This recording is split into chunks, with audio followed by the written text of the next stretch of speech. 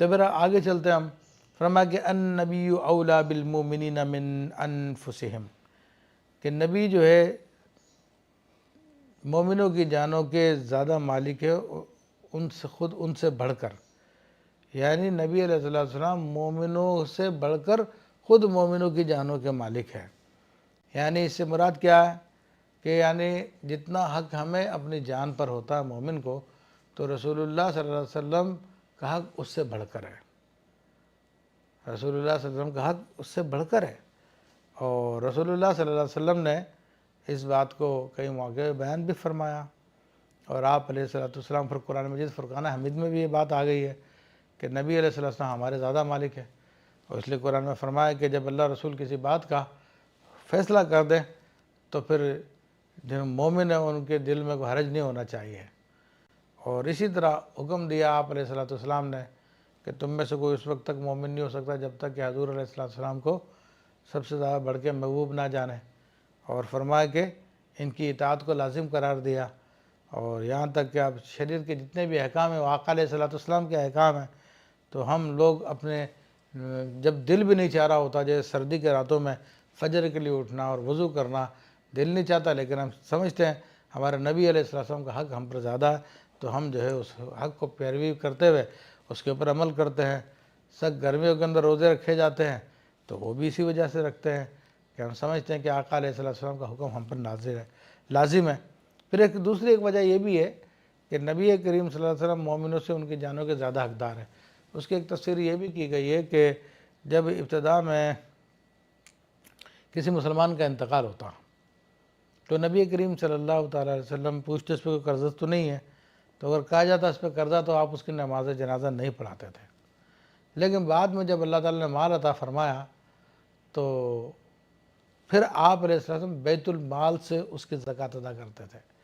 اور فرماتے ہیں اس نے جو وراثت چھوڑی ہے اس کے وارثوں کے لیے ہے، لیکن جو قرضہ وہ مجھ پر ہے، کہ میں اللہ نے فرمایا کہ نبی جو ہے مومنین سے زیادہ ان کے جانوں کا حقدار ہے۔ تو اس طرح نبی علیہ السلام نے یہ بیان کیا۔ تو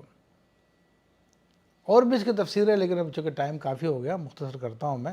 فرمایا کہ وازواجہ امہاتہم، اور نبی کی بیویاں ان کی مائیں ہیں، یعنی مومنوں کی مائیں ہیں۔ تو جو مومن ہے وہ نبی علیہ السلام کے ازواج مطہرہ کو اپنی ماں سمجھتا ہے، اور جس کو انسان اپنی ماں سمجھتا ہے اس پہ کوئی اعتراض نہیں کرتا، تو یہ مومن ہونے کی علامت ہے۔ کہ اور جو امہات المومنین میں سے کسی پہ اعتراض کرے تو معاذ اللہ پھر وہ مومن ہی نہیں ہے، اپنے آپ کو چاہے 100 دفعہ مومن کہے، 1000 دفعہ مومن کہے، اپنے پورے گرے کا نام مومن رکھ لے تو اس سے مومن نہیں بنتا۔ تو مومن کے لیے تو یہ ہے کہ نبی کی بیویوں کو اپنی ماں سمجھے تو تب وہ مومن ہوتا ہے۔ پھر ان کا ادب و احترام یہاں پہ بیان کیا گیا ہے، اور ان کے خاص حکم یہ ہے کہ نبی علیہ السلام کی ازواج مطہرات ماں کی حیثیت رکھتی ہیں، مگر اس معاملے میں کہ آقا علیہ السلام کے بعد ان سے کسی کا نکاح جائز نہیں ہے۔ اور اسی طرح باقی دیگر احکام میں، پردے کے احکام میں، بات چیت کے احکام میں، سفر وغیرہ کے احکام میں وہ اجنبیہ کی طرح ہے، یعنی یہ جو اجنبی خاتون کا حکم ہوتا ہے بات چیت کرنے میں وہی ان کا بھی حکم ہے، لیکن صرف اس معاملے میں کہ وہ مومنوں کی ماں ہیں۔ فرمایا کہ وَأُولُو الْأَرْحَامِ بَعْضُهُمْ أَوْلَىٰ بِبَعْضٍ فِي كِتَابِ اللَّهِ مِنَ الْمُؤْمِنِينَ وَالْمُهَاجِرِينَ إِلَّا أَن تَفْعَلُوا إِلَىٰ أَوْلِيَائِكُمْ مَعْرُوفًا۔ فرمایا کہ رشتہ دار وہ ایک دوسرے کے زیادہ قریب ہے، زیادہ حقدار ہے ایک دوسرے کے۔ اصل میں اس کے کانٹیکسٹ میں یہ بات بیان کر دوں کہ اصل میں یہ جب مہاجرین نے ہجرت کی تھی مدینہ منورہ کی طرف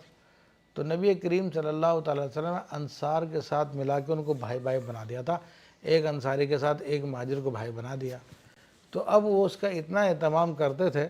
کہ اگر ان میں سے کوئی مرتا تھا تو وہ اپنے وراثت میں بھی اس بھائی کو حصے دار بناتا تھا۔ تو یہاں تک وہ محبت ان کے قائم ہو گئی تھی، اس وقت وراثت کے احکام جاری بھی نہیں ہوئے تھے، آئے بھی نہیں تھے۔ تو بہرحال یہاں پر جو ہے اللہ تبارک و تعالیٰ نے اسی بات کی نفی فرمائی اور بتایا کہ نہیں، یہ حکم منسوخ ہے، پہلے تھا تمہارے لیے لیکن اب یہ حکم منسوخ کیا جا رہا ہے، تو بندے کا وارث وہی ہوگا جو اس کا خونی رشتہ دار ہے یا جو وراثت کی شرائط ہے. کوئی یعنی منہ بیلا بیٹا یا دیگر لوگ یا منہ بولے بھائی جو ایک دوسرے کے جو وارث نہیں بنیں گے. تو یہاں پر یہ بیان فرمایا کہ اولو الارحام یعنی رشتہ دار ایک دوسرے کے زیادہ حقدار ہیں.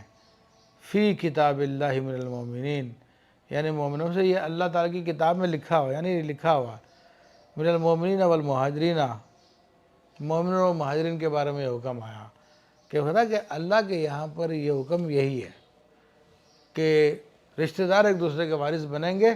یہ منہ بولے بھائی وغیرہ ایک دوسرے کے وارث نہیں بنیں گے. اور اللہ کی کتاب میں مراد یہ ہے کہ اللہ کے یہاں پہ حکم ہمیشہ یہی ہے. البتہ وقتی طور پہ تمہیں اس بات کی اجازت دے دی گئی تھی، تمہیں منع نہیں کیا گیا تھا.